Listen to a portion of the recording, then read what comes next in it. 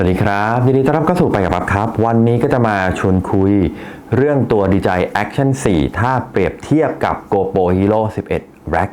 ว่าเป็นยังไงบ้างมีอะไรที่แตกต่างกันบ้างก็ต้องเกริ่นอย่างนี้ครับผมมีตัว GoPro Hero 11 Black อยู่แล้ว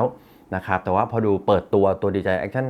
4 เนาะก็มีความรู้สึกว่าเฮ้ยมันค่อนข้างว้าวเหมือนกันนะโดยเฉพาะการทำงานในที่แสงน้อยมันดูดีขึ้นเยอะมากๆนะครับแล้วก็หาข่าวไปเรื่อยๆจนไปเจอว่าGoPro Hero 12 Black จะมาด้วยเซ็นเซอร์ 1 นิ้วอันนี้เป็นข่าวลืออยู่นะครับตอนนี้มาด้วยเซ็นเซอร์ 1 นิ้วเพราะฉะนั้นถ้ามาด้วยเซ็นเซอร์ 1 นิ้วภาพในที่แสงน้อยมันน่าจะยิ่งดีขึ้นไปอีกแต่ก็ยังลังเลอยู่ว่าGoPro มันก็มีปัญหาเรื่องความร้อนเนาะจะจัดการได้ไหม Action 3 ตอนนี้มันก็ดี Action 4 ยิ่งดีขึ้นไปอีกนะเพราะฉะนั้นก็เลยยังลังเลอยู่พอหาข้อมูลก็เลยเอามาแชร์ให้เพื่อนๆฟังกันว่าในแต่ละตัวมีข้อดีข้อเสียยังไงบ้างสำหรับตัว DJI Action 4สำหรับตัว DJI Action 4 แล้วก็ตัว GoPro Hero 11 Black ยังไม่ไป 12 นะครับ 12 ผมทำอีกคลิปหนึ่งแยกไว้ว่าข่าวลือเป็นยังไงบ้างลองไปดูกันได้นะครับผมเนาะเรื่องแรกเลยที่ต้องเปรียบเทียบกันสำหรับตัว DJI Action 4 แล้วก็ GoPro Hero 11 Black ก็คือตัวขนาดเซ็นเซอร์นั่นเองดั้งเดิมครับตัว GoPro Hero 11 Black เทียบกับ DJI Action 3 เซ็นเซอร์ของ GoPro เล็กกว่าอยู่แล้วนะครับเป็น1/1.9 นิ้วนะครับสำหรับตัวเซ็นเซอร์ของ DJI Action 3 น่าจะเป็น1/1.7 นิ้วพอ Action 4 นะครับเป็น1/1.3 นิ้วซึ่งใหญ่ขึ้นไปอีกเกือบ1 นิ้วแล้วนะครับตอนนี้พอเปรียบเทียบกันสำหรับเซ็นเซอร์ที่ใหญ่กว่าของ DJI Action 4 นะครับมันทำให้ Dynamic Range หรือว่าการถ่ายที่แสงน้อยมันดียิ่งขึ้นโดยเฉพาะซอฟต์แวร์ต่างๆที่มาช่วยเหลืออันนี้ก็ข้อหนึ่งที่ต้องพิจารณานะครับว่าใช้แสงน้อยเยอะหรือเปล่าต่อมาครับเรื่องของตัว DR หรือ Dynamic Range นะครับก็ต้องเล่าอีกครับว่า Dynamic Range ก็คือความสามารถของกล้องหรือเซ็นเซอร์ในการเก็บภาพทั้งส่วนสว่างแล้วก็ส่วนมืดนะครับส่วนสว่างและส่วนมืดมันมีความแตกต่างกันอยู่กล้องจะเก็บได้ช่วงตรงกลางนะครับจะสามารถผมอธิบายให้ฟังคร่าวๆเนาะให้เข้าใจง่ายๆนะครับสมมุติว่ามันมีความมืดหลายระดับเนาะความมืดหลายระดับกล้องตัวนี้เก็บได้แค่นี้กล้องตัวนี้เก็บได้แค่นี้ความแตกต่างตัวนี้แหละครับที่เราเรียกว่าเป็น DR หรือ Dynamic Range ของการเก็บความส่วนมืดแล้วก็สว่างยิ่งเซ็นเซอร์ใหญ่นะครับโดยทั่วไปก็น่าจะเก็บ DR หรือ Dynamic Range ได้ดีกว่ากล้องที่เซ็นเซอร์เล็กนั่นเองครับซึ่งถ้ามาเปรียบเทียบกันจาก GoPro Hero 11 กับ DJI Action 3 ของเดิมจะเห็นเลยว่า GoPro เนี่ยเก็บ Dynamic Range ได้ดีกว่าถึงแม้ว่าเซ็นเซอร์จะเล็กกว่านะครับแต่พอมาเป็นตัว Action 4 นะครับเซ็นเซอร์ใหญ่ขึ้นนะครับเทียบกับ GoPro Hero 11 Black พอมาดูกันแล้วเนี่ยก็ทำให้เห็นได้ว่าตัว DJI Action 4 เนี่ยเก็บส่วนมืดหรือส่วนสว่างหรือ DR เนี่ยได้ดีกว่า GoPro 11 ต่อมาครับเรื่อง Overheating นะครับหรือประเด็นสำคัญที่เราคุยกันมาอย่างยาวนานเนาะโดยเฉพาะเรื่องตัว GoPro ครับจะมีประเด็นเรื่อง Overheating ค่อนข้างเยอะเหมือนกันอันนี้พอมีคนทำบททดสอบออกมานะว่า Action 4 ก็ยังทำได้ดีในเรื่องของ Overheating คือเครื่องจะไม่ได้ดับไปเลยทันทีนะครับแค่ขึ้นเตือนแล้วก็ปิดจอแต่ยังบันทึกต่อไปเพราะนั้นเราสบายใจได้ประมาณหนึ่งนะครับแต่ก็มีบางเคสเหมือนกันที่ทดสอบโหดๆร้อนมากๆจน DJI Action 4 ดับไปเลยก็มีเหมือนกันครับก่อนที่แบตจะหมดนะต่อมาครับตัวเรื่องของ Stabilization หรือว่ากันสั่นจริงๆมันทำได้ดีกันมาตั้งนานแล้วล่ะครับมันอาจจะแตกต่างกันในดีเทลเล็กๆน้อยๆนะครับผมว่าอันนี้ก็ดีทั้งคู่ใช้งานได้ทั้งคู่เหมือนกันครับสำหรับตัวระบบกันสั่นแต่ว่ามีติดอยู่นิดนึงครับตัวกันสั่นของGoPro กับตัว DJI นะครับที่เราสามารถถือกล้องหมุนวงกลมได้โดยที่ภาพไม่ล้มหรือไม่เอียงตามนะครับของ GoPro Hero 11 Black เนี่ยเราทำได้ที่ 4K เราใช้ได้นะครับแต่ถ้าเป็นของฝั่ง DJI Action 4 นะครับเราต้องลดความละเอียดลงมาเป็นที่ 2.7K ถึงจะใช้ตัวนี้ได้ที่หมุนกล้องได้เป็นวงกลมเลยนะครับอันนี้คือความแตกต่างก็ลองดูครับเพื่อนๆจำเป็นต้องใช้ตัวนี้หรือเปล่าแต่ถ้าเกิดว่าเป็นรักษาระดับเอียงนิดเอียงหน่อยอย่างเงี้ยทั้งคู่ทำได้ดีทั้งคู่เลยครับเพียงแต่ว่าถ้าเป็นที่จะหมุนเป็นวงกลมเลยเนี่ยมันมีความแตกต่างอยู่ตรงนี้ระหว่าง GoPro คือใช้ได้ 4K แต่ถ้าเป็น DJI จะต้องเป็นที่ 2.7K นะครับอันนี้ก็ฝากไว้เป็นข้อสังเกตเหมือนกันต่อมาครับในเรื่องของตัว internal mic นะครับแล้วก็Wind Noise Reduction อันนี้เท่าที่ดูบทสรุปบททดสอบกันมาหลายๆที่ DJI Action 4 ทำได้ดีกว่าอย่างรู้สึกได้นะครับทั้งเรื่องเสียงลมก็ดีกว่าแล้วก็เรื่องเสียงพูดก็เคลียร์ชัดเจนกว่าของเดิมนะครับตอนที่ผมใช้ตัว GoPro Hero 11 Black ผมก็จะปิดตัวนี้ไปเลยเพราะว่าผมไม่ชอบเสียงพูดเวลาที่เราเปิด Wind Noise Reduction เสียงมันจะแปลก นะครับจะไม่ค่อยชอบเท่าไหร่จะใส่ไมค์นอกหรือถ้าใช้ไมค์กล้องก็ปิดไปเลยตัวนี้ไม่ใช้เหมือนกันนะครับแต่พอมาฟังของตัว DJI Action 4เฮ้ยมันโอเคเลยทีเดียวครับเสียงพูดก็ดีเสียงลมก็ดี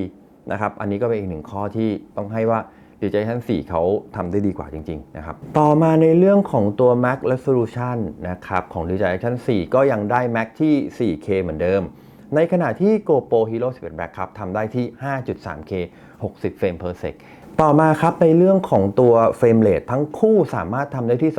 240เฟรม per sec เหมือนกันเพียงแต่ว่าความละเอียดจะแตกต่างกันนะครับของ GoPro เนี่ยได้ที่ 2.7K 240เฟรม per sec แต่ถ้าเป็นฝั่ง DJI Action 4 ต้องเป็นที่ 1080p 240เฟรม per sec นะครับอันนี้ก็ต้องเลือกเอานี่คือความแตกต่างข้อหนึ่งเหมือนกันระหว่าง2ตัวนี้นะครับแล้วก็ต่อมาครับตัว FOV หรือมุมภาพกว้างสุดนะเท่าที่ผมหาข้อมูลมาของ DJI เนี่ย155องศาแต่ GoPro อยู่ที่148องศาต่างกันนิดหน่อยไม่ได้เป็นประเด็นมากขนาดนั้นสำหรับตัวผมนะผมคิดว่าแบบนั้นแต่สิ่งที่เป็นประเด็นจริงๆคือขอบภาพครับเวลาเราใช้มุมรับภาพกว้างสุดนะครับของ GoPro มันจะมีอาการบิดเบี้ยวมากกว่าอย่างเห็นได้ชัดในขณะที่ของ DJI Action 4 ขอบภาพจะยังดูดีกว่านะครับแต่ก็ต้องถามว่าโดยปกติเราใช้ขอบภาพกว้างขนาดนั้นหรือเปล่านะครับมันต้องค่อนข้างเป็นแอคชั่นจริงๆแล้วก็เป็นมุมมองจาก First Person จริงๆนะครับผมว่าอันนั้นน่าใช้สมมติติดที่อกติดที่หัวหรืออะไรเงี้ยโอเคนะครับแต่ถ้าไปถือถ่ายทั่วไปผมว่าเราคงไม่ใช้ถึงขนาดนั้นเหมือนกันนะครับหรือถ้าจะใช้ก็อยากให้รักษา subject ไว้ตรงกลางมันจะได้ไม่เบี้ยวนะครับเพราะสองข้างเนี่ยมันเบี้ยวหมดเลยทั้งคู่แหละเบี้ยวมากเบี้ยวน้อยนะครับอันนี้ก็ต้องลองดูเพื่อนๆใช้แบบไหนนะครับต่อมาครับสัดส่วนภาพที่ทำได้เนาะ4:3 16:9อันนี้ก็เป็นเรื่องปกติอยู่แล้วนะครับทั้ง2คนทำได้แต่ว่าพอเป็นที่ทางฝั่ง GoPro Hero 11 Black เขาจะมีสัดส่วนภาพ8:7หรือว่าเต็มเซนเซอร์มาด้วยเพื่อนๆเอาไปครอปทั้งแนวตั้งแล้วก็แนวนอนโดยที่สูญเสียคุณภาพภาพน้อยที่สุดนะครับอันนี้ก็เป็นข้อดีของทางฝั่ง GoPro แต่ว่าของ DJI Action 4 เขาก็มีการเมาส์กล้องทั้งแนวตั้งแล้วก็แนวนอนได้โดยใช้เคสที่เขาให้มานะครับอันนั้นก็สะดวกเหมือนกันเพียงแต่ว่าก็ต้องเลือกเอาเพื่อนๆชอบแบบไหนแบบตั้งถ่ายแนวตั้งเลยหรือว่าแบบ GoPro ที่ถ่ายทีเดียวแล้วมาครอปเอาทีหลังโดยสูญเสียคุณภาพบ้างเล็กน้อยนะครับต่อมาครับเรื่อง Time Lapse เนาะพวก Night Lapse พวก Time Lapse พวกนี้ฝั่ง GoPro จะมีข้อดีคือว่าเขาจะมีเป็นเหมือนเราเรียกว่าเป็น preset ละกันเป็นพวกStar Trail นะครับเป็น Vehicle Light พวกนี้เขามีมาให้เลยจัดการภาพให้เราเสร็จสับฝั่ง DJI ก็จะเป็น Night Lab เป็น Time Lab เป็นอะไรไปอันนี้คือข้อแตกต่างก็ลองดูครับเพื่อนๆชอบเล่นหรือเปล่าเนาะต่อมาครับในเรื่องของตัวการถ่ายภาพใต้น้ำ GoPro ได้10 เมตร DJI Action 4 ได้18 เมตรนะครับแล้วก็ DJI Action 4 เนี่ยเขามีเซ็นเซอร์ที่ตัวหน้ากล้องเพื่อจับสภาพแสงเวลาเราลงใต้น้ำเพราะฉะนั้นเขาจะปรับแสงให้มันแตกต่างกันของทาง GoPro เองครับจะติดเหลืองเขียวนิดหน่อยนะครับส่วนของทาง DJI Action 3 ภาพจะออกโทนฟ้าออกดูส่วนตัวผมคิดว่าออกดู natural มากกว่าทั้งเรื่องสกินโทนเรื่องสีผิวอะไรต่ออะไรมันก็ดูเหมือนกับขาวใสมากกว่าอันนี้ก็ต้องลองดูครับว่าเพื่อนๆชอบแบบไหนเนาะต่อมาครับในเรื่องของตัวโปรไฟล์สี DJI Action 4 เขามี D-Log M ซึ่งก็ต้องยอมรับว่าเป็นโปรไฟล์สีที่สามารถเก็บ DR ได้กว้างนะครับเพราะตัว D-Log มันเอาไปสามารถไปเกรดดิ้งสีต่อได้ตามไอเดียของเพื่อนๆได้เลยนะครับต่อมาอีกหนึ่งข้อประกอบการตัดสินใจก็คือตัว user experience นะครับของทางฝั่ง GoPro แล้วก็ Hero Action 4 ต่อมาครับอีกหนึ่งประเด็นสำคัญที่ใช้สำหรับการเปรียบเทียบ2ค่ายนี้ระหว่าง DJI กับ GoPro นะครับที่ผมเคยทำไปครั้งก่อนละเป็น user experience นะครับว่าการใช้งานเนี่ยประสบการณ์การใช้งานมันแตกต่างกันแบบไหนถ้าใครอันนี้ผมสรุปคร่าวๆเลยนะครับถ้าใครให้ความสำคัญกับ user experience มากกว่านะครับผมว่าน่าจะชอบฝั่ง DJI มากกว่าแต่ถ้าใครชอบคุณภาพที่สุดนะครับข้อจำกัดน้อยๆนะครับอันเนี้ยน่าจะไปฝั่ง GoPro มากกว่าโดยเฉพาะถ้า GoPro ตัวใหม่ออกมาเซ็นเซอร์1 นิ้วผมว่าอันนั้นน่าจะสุดมากๆเลยทีเดียวนะครับทีนี้เรามาดูในดีเทลกันว่าแต่ละอัน user experience อันไหนเป็นยังไงบ้างข้อแรกของทางฝั่ง DJI ครับอันนี้ Magnetic Quick Release อันนี้ต้องให้เลยครับเป็นอะไรที่ทำให้การใช้งานสนุกขึ้นสะดวกขึ้นแล้วก็ง่ายขึ้นมากๆเลยทีเดียวนะครับการถอดเข้าถอดออกเปลี่ยนเมาส์ไปมาง่ายจริงๆทั้งฝั่ง GoPro ยังต้องคอยหมุนคอยไขอยู่หรือต้องไปหา Third Party มาประกอบเข้าไปเพื่อให้เป็น Magnetic สะดวกมากขึ้นอันนี้ก็ต้องแล้วแต่นะครับแต่ว่าถ้ามาในกล่องต้องยอมรับว่า DJI Action 4 เขามาได้ดีจริงๆครับในเรื่องข้อนี้ต่อมาครับเรื่องตัวสกรีนของ DJI เขาได้ทัชสกรีนทั้งหน้าและ หลังถึงแม้จะต้องสลับกันใช้งานแต่มันก็สามารถใช้งานได้สมมติเพื่อนๆเมาส์กล้องแบบนี้ใช่ไหมครับถ้าเป็นGoPro เพื่อจะปรับใหม่เนี่ยถ้าไม่ต่อแอปเข้ามือถือเพื่อนก็ต้องเดินอ้อมข้างหลังเพื่อไปปรับค่าใช่ไหมครับแต่ของ DJI มันสามารถปรับจากจอหน้าได้เลยอันนี้ก็ค่อนข้างสะดวกก็ต้องยอมให้ว่า User Experience ในข้อนี้ของ DJI Action 4เขาทำได้ดีกว่าจริงๆนะครับต่อมาเรื่องของการเสียบไมค์นะครับทั้งคู่มี USB Type C ทั้งคู่แต่ของ GoPro ถ้าจะเสียบไมค์นอกต้องต่อผ่าน Media Mod นะครับก็เพิ่มอีก 2,450 บาทโดยประมาณแต่ถ้าเป็น DJI Action 4 จริงๆตั้งแต่ Action 3 แล้วแหละเพื่อนๆสามารถเสียบไมค์ตรงได้เลยโดยเฉพาะใครที่ใช้ DJI ไมค์นะครับเปลี่ยนหัวเป็น Type C แล้วก็เสียบตรงได้เลยแต่อย่างที่เคยบอกไปครับถ้าใส่เคสของมันจะเสียบเข้าไปไม่ได้ต้องหาสายแปลงมาต่อนะครับเพราะมันเสียบไม่ถึงแต่ยังไงก็ตามเราก็คงไม่ต้องไปซื้ออะไรมาใส่เพื่อจะเปลี่ยนหัวแปลงให้มันเสียบกับไมค์นอกได้เหมือนทางฝั่ง GoPro เนาะอันนี้ก็เป็นข้อดีหรือเป็น User Experience อีกข้อหนึ่งที่ DJI ทำได้ดีกว่าครับต่อมาอีกข้อนึงที่ผมชอบมากๆเลยคือเรื่อง Quick Capture นะครับปกติเวลาเครื่องปิดอยู่เรากดเปิดแล้วถ่ายใช่ไหมครับพอเรากดหยุดปุ๊บ GoPro มันจะต้องดับไปเราต้องเปิดเครื่องใหม่ถ้าเราจะตั้งค่าเปลี่ยนค่าอะไรต่ออะไรถูกไหมแต่ของ DJI เขาจะถามว่าจะให้ดับเครื่องไหมหรือไม่ต้องดับแตะจอทีนึงเพื่อไม่ต้องดับเข้าไปดูภาพไปปรับตั้งค่าอะไรต่อใช้งานได้เลยอันนี้คือถือว่าสะดวกและเป็นฟังก์ชันที่ผมชอบมากๆตัวหนึ่งของ DJI Action 4 เลยทีเดียวครับจริงๆได้ตั้งแต่ Action 3 แล้วแหละเนาะอันนี้ต้องชมเลยว่าคิดมาดีจริงๆต่อมาครับเรื่อง Overheat ก็อย่างที่บอกครับว่าทาง GoPro ยังมีประเด็นเรื่องนี้อยู่เหมือนกันเนาะส่วนของ DJI เนี่ยก็ทำมาได้ค่อนข้างดีเราก็สบายใจได้ระดับหนึ่งว่ามันจะไม่ Overheat แต่ก็ผมว่ายังไม่ถึง 100% แต่ว่าส่วนมากนะก็สบายใจได้นะครับต่อมาครับมาดูเรื่อง User Experience ทางฝั่ง GoPro กันบ้างว่ามีอะไรที่ดีบ้างหรือมีอะไรที่ผมคิดว่าเป็นข้อดีของเขานะเป็น Experience ที่น่าประทับใจของทางฝั่ง GoPro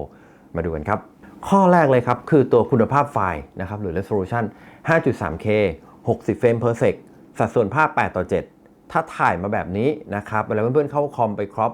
ได้ทั้งแนวตั้งแล้วก็แนวนอนโดยสูญเสียคุณภาพภาพน้อยที่สุดนะครับทั้งเรื่องการครอปเป็นแนวตั้งนะครับหรือว่าการครอปให้เป็นแนวนอน 16:9 อันนี้ทำได้หมดเลยต่อมาครับเรื่องพวก Time Lapse นะครับมีVehicle Light นะครับมี Light Painting แล้วก็มี Star Trail พวกนี้คือเป็นโปรแกรมหรือเป็น preset ที่ทาง GoPro เขาให้มาใช้งานง่ายแล้วก็สนุกเลยครับตัวนี้ลองไปใช้กันดูได้ต่อมาสำหรับการถ่าย Slow Motion นะครับถ้าถ่ายที่ 240 เฟรม per sec หรือ Slow 8 เท่า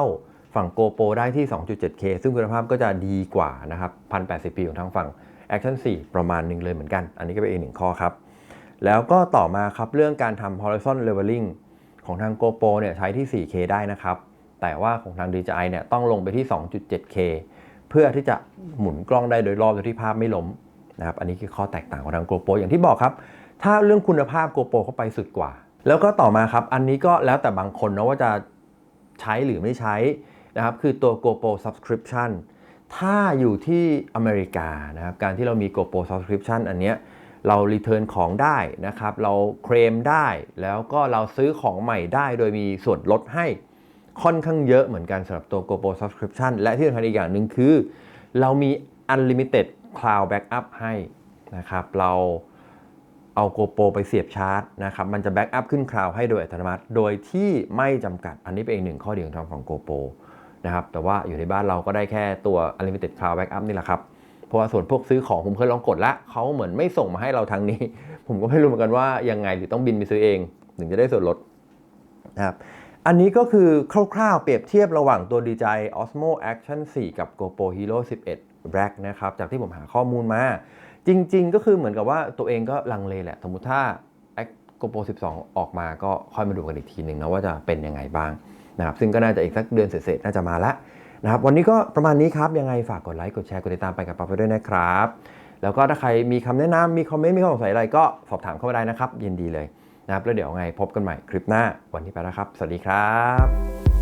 บ๊ายบาย